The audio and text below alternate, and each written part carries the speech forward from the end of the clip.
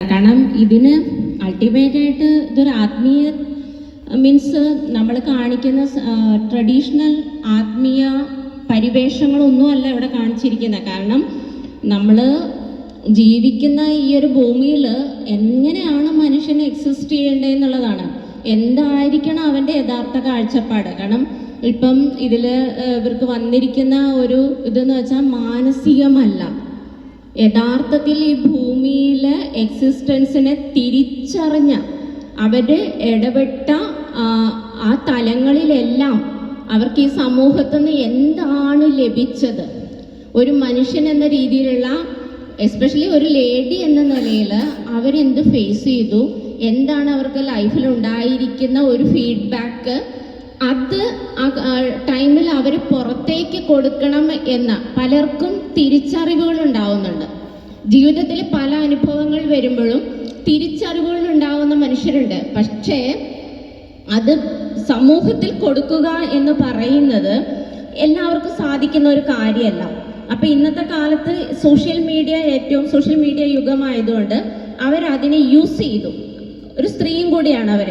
അപ്പം അവരനുഭവിച്ച ഓരോ കാര്യങ്ങളും ഒന്നും മറയില്ലാതെ അവർ തുറന്ന് സോഷ്യൽ മീഡിയയിലൂടെ പങ്കുവച്ചപ്പം ഇവിടുത്തെ സമൂഹത്തിനുണ്ടായ അവരോടുള്ള ഒരു കാഴ്ചപ്പാട് ഇങ്ങനെ ഒരാൾ പറയാൻ പാടില്ല. ഇവരങ്ങനെ പറഞ്ഞിട്ടുണ്ടെങ്കിൽ, കാരണം നമ്മളെല്ലാം ഒരു അടിമ മുഖം പേറി നടക്കുന്നവരാണ്.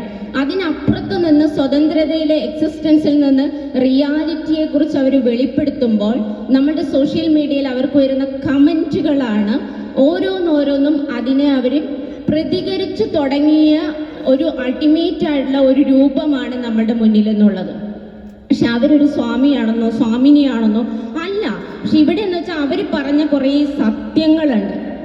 ഭൂമിയിൽ ഈ മനുഷ്യൻ എങ്ങനെ എക്സിസ്റ്റ് ചെയ്യണമെന്ന് അവർ പറയുന്ന സത്യം എന്ന് പറയുന്ന വലിയൊരു സത്യം, അതിനെ കവർ ചെയ്തുകൊണ്ട് തെറി പരിവേഷമായിട്ട് ഇപ്പം പറയുന്ന മൈരേ തായോളി മോനെ ഇതൊക്കെ പറയുന്നുണ്ടെങ്കിലും ഇതിനൊക്കെ ആരാണ് തായോളി എന്ന് പറഞ്ഞാൽ വേറൊരു സ്ഥലത്ത് വേറെ സംഭവമാണ്. അവർ പറയുന്ന ഈ പറയുന്ന മുരിങ്ങാപ്പറി ഇങ്ങനെയൊക്കെ പറയുന്നില്ലേ, ഞാൻ ഇങ്ങനെ ശരിക്കും പറഞ്ഞാൽ സ്ത്രീകൾ അങ്ങനെ പറയാൻ പാടില്ല. ഈ പറയുന്നതൊക്കെ പുരുഷന് മാത്രം അധികാരപ്പെട്ടതാണ്. പൊതുവെ സോഷ്യൽ മീഡിയ വിഷ്വൽസിലെല്ലാം ഇപ്പം എല്ലാം സിനിമകളൊക്കെ നമ്മളൊന്ന് നോക്ക്, പുരുഷന്മാർക്ക് എന്തുമാകാം. അത് മെയിൽ സെൻറ്റേർഡ് സൊസൈറ്റിയുടെ പെട്രിയാർക്കിക്കൽ സിസ്റ്റത്തിൽ വന്നിരിക്കുന്ന ആ ഒരു അടിമ ചങ്ങലയിലാണ് നമ്മൾ ജീവിക്കുന്നത്. അപ്പോൾ ഒരു സ്ത്രീ അവിടെ സ്വതന്ത്രമായി സംസാരിക്കാൻ തുടങ്ങുമ്പോൾ അവളെ വെടക്കാക്കി തനിച്ചാക്കുക എന്ന് പറയുന്ന ഒരു കൺസെപ്റ്റാണ്. അപ്പൊ അവർക്കെതിരെ നേരിട്ട് ആ വെല്ലുവിളികൾ അവരെത്ര സധൈര്യത്തോടെ ആ തെറി അതേപോലെ തെറിയായിട്ട് തന്നെ തിരിച്ചു കൊടുത്ത് അവർ വരുമ്പോൾ അവരിപ്പോൾ സ്വാമിയാണെന്ന് പറയുക, അവരൊരു സ്വാമിനിയാണെന്ന് പറയുക. അതും എന്തോ ഒരു സാധാരണ അതെ സാധാരണ എന്താണ് മനുഷ്യൻ കാണിക്കുന്നതാണ് ഇവിടെ എന്താണ് സാധാരണം എന്നൊക്കെ. ഇപ്പൊ ഞാൻ ചിന്തിക്കുന്ന ഒരു സാധാരണം എനിക്ക് മാത്രമുള്ളതാണ്, വേറൊരു വ്യക്തിക്ക് ചിന്തിക്കുന്നതാണ് ഞാൻ എന്താണോ ഈ സമൂഹത്തിൽ നിന്ന് ആക്സെപ്റ്റ് ചെയ്തിരിക്കുന്നത് അതാണ് എന്നിലൂടെ വന്നത്. അപ്പൊ അവരതിനെ പ്രതിഫലിപ്പിച്ചപ്പോൾ ഇപ്പൊ നമ്മൾ ഓരോരുത്തരും ഇപ്പൊ നാളെ ഇവരെല്ലാം വേറൊരാളും ഇതുപോലെ പറയുകയാണെങ്കിൽ അവർക്ക് ചിലപ്പോൾ സ്വാമിനി ആയിരിക്കില്ല. ഫെമിനിസം എന്ന് പറഞ്ഞു. എന്താണ് ശരിക്കും ഫെമിനിസം? എന്താണ് ഫെമിനിസം എന്ന് പറയുന്നത്? ഏതൊരു പുരുഷനിലും ഏതൊരു സ്ത്രീയിലും ഫെമിനിസ്റ്റുകളുണ്ട്. ഈ ഫെമിനിസം എന്താണെന്ന് ശരിയായിട്ട് അറിയാത്ത ആൾക്കാരാണ് ഫെമിനിസത്തെ കുറിച്ച് സംസാരിച്ചുകൊണ്ടിരിക്കുന്നത്. അപ്പൊ ഇതെല്ലാം അറിഞ്ഞ് ഒരു വ്യക്തി നല്ല രീതിയിൽ സമൂഹത്തിനൊരു മെസ്സേജ് പാസ് ചെയ്യുമ്പോൾ അത് ആത്മീയ പരിവേഷം, ആത്മീയ അടിമകളാണല്ലോ, മത അടിമകളാണല്ലോ. മതം എന്നൊന്ന് പറയുന്നത് ഇല്ല, മനുഷ്യൻ എന്ന് പറയുന്ന മതമേ ഉള്ളൂ. അപ്പൊ ഇങ്ങനെയുള്ള കുറേ റിയാലിറ്റി അവർ തുറന്ന് സോഷ്യൽ മീഡിയയിലൂടെ പറയുമ്പോൾ ഇതിനൊരു എന്താ പറയാ, അതിനൊരു മാനസിക രോഗം എന്നല്ല, അതായത് ഈ ഭൂമിയിൽ എന്താണ് വേണ്ടതെന്ന് പറയാനും പ്രവർത്തിക്കാനും തിരിച്ചറിവ് ലഭിച്ച ഒരു സ്ത്രീ സോഷ്യൽ മീഡിയയിലൂടെ അത് തുറന്നടിക്കുന്നതാണ്. അതിനകത്ത് ഒരു മാനസിക രോഗം എന്നല്ല, മാനസിക രോഗം ആർക്കാണ് എന്ന് പറഞ്ഞാൽ ഈ പറയുന്ന റിയാലിറ്റിയെ തിരിച്ചറിയാൻ പറ്റാതെ കമന്റ് പറയുന്ന സൈക്കോപാത്തുകളുടെ ഒരു ലോകമാണ്. സൈക്കോപാത്തുകൾ വാഴുന്ന കാലഘട്ടത്തിലാണ് നമ്മൾ ജീവിക്കുന്നത്. അപ്പൊ അവർക്ക് മാനസിക രോഗം എന്ന് പറയുന്ന ഈ ഒരു മൂവിയിൽ എനിക്ക് തോന്നിയിട്ടില്ല. ഇവർക്ക് മാനസിക അവർ ഒരുപാട് സത്യങ്ങൾ അവർ തുറന്ന് പറയുകയാണ്. ഒരുപാട് സത്യങ്ങൾ അവർ തുറന്നു പറയുകയാണ്.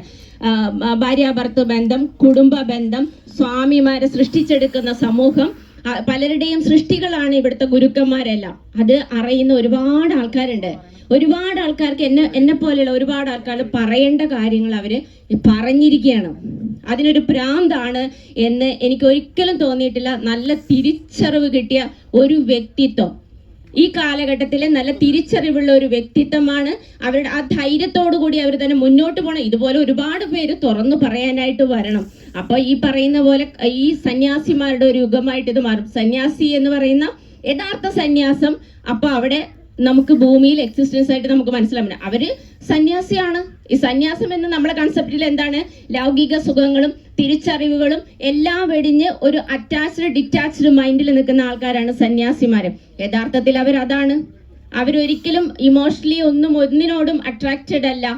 അവർ സ്റ്റേബിളായി നിന്ന് എല്ലാത്തിനെയും തിരിച്ചറിഞ്ഞ് കാര്യങ്ങൾ മനസ്സിലാക്കി മുന്നോട്ട് പോകുന്നു. അത് അവരൊരു സോഷ്യൽ അനിമൽ എന്ന നിലയിൽ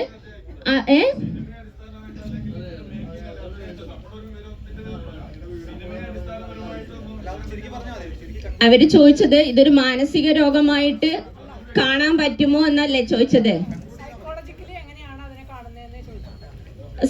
മാനസിക രോഗമല്ല, മാനസിക രോഗമായിട്ടല്ല. ഇത് മനസ്സിന്റെ വേറൊരു തരത്തിലുള്ള തിരിച്ചറിവായിട്ടാണ് കാണുന്നത്. ഓക്കെ, മാനസിക രോഗമായിട്ട് കാണുന്നില്ല.